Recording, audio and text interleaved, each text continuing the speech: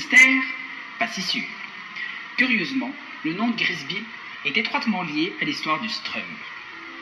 Commençons par évoquer les racines de ce mouvement. Selon certains anthropologues, dont Claude Lévi-Strauss, le Strump serait une technique ancestrale aborigène de chasse au kangourou.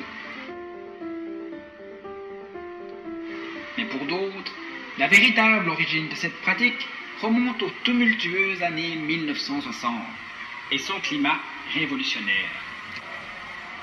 D'après Noam Chomsky, le terme Strump viendrait de la contraction des mots anglais street et jump, ce qui signifie sauter en rue. La première personne à avoir théorisé ce truc est le célèbre pape des mouvements contestataires de l'époque, Michael Asimov, professeur à l'université de Berkeley, en Californie.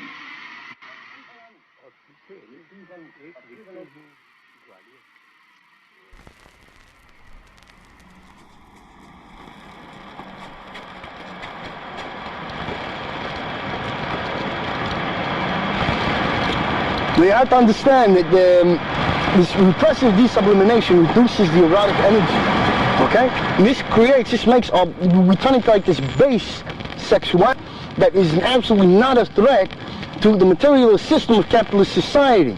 What this has to be transformed into, and what is essential for survival of mankind, is to turn it into a non-repressive sublimation which will eroticize all aspects of one's lives and pleasures,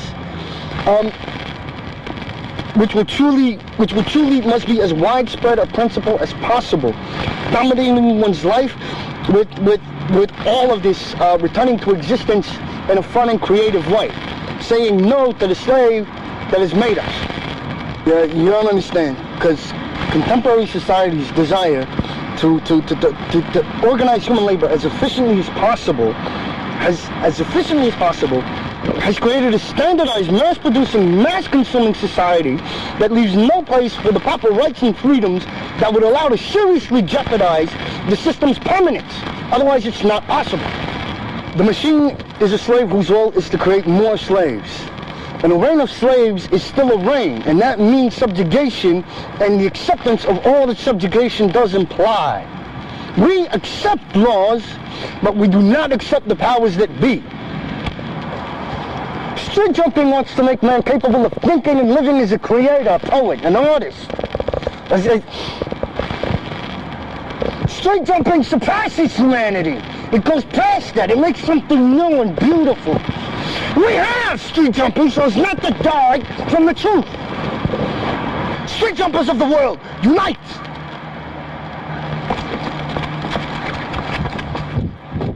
Étrangement, dans cette archive datant de 1964, il est déjà fait mention du Grisby. Écoutez bien. What about Grisby? Grisby is an invention by the McCarthy's in the Nixon administration. I don't want to talk about that anymore. Okay, finished. Ce serait donc à cette époque que le street jumping prolifère à travers le monde et contamine les foules. Cependant, la crise économique et les politiques d'austérité des années 80 qui en découlent ramènent à la plus triste réalité les masses ahuries qui délaissent alors en nombre leur idéologie utopique pour retourner travailler. Toutefois, quelques groupuscules de street jumpers ayant des revendications écologiques résistent aux idées dominantes.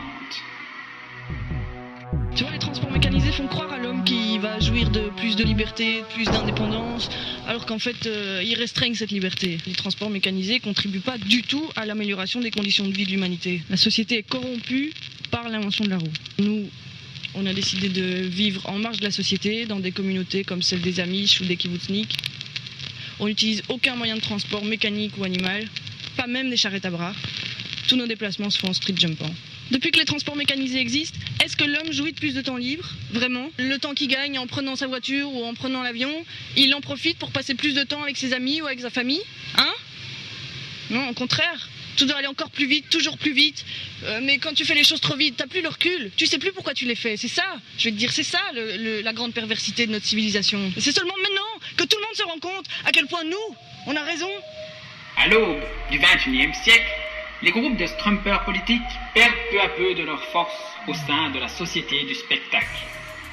Le street jumping, vidé de sa substance, devient une mode, alimentant ainsi la logique consumériste du système capitaliste. Toutefois, de nouveaux acteurs tentent de se réapproprier le strump et son potentiel révolutionnaire.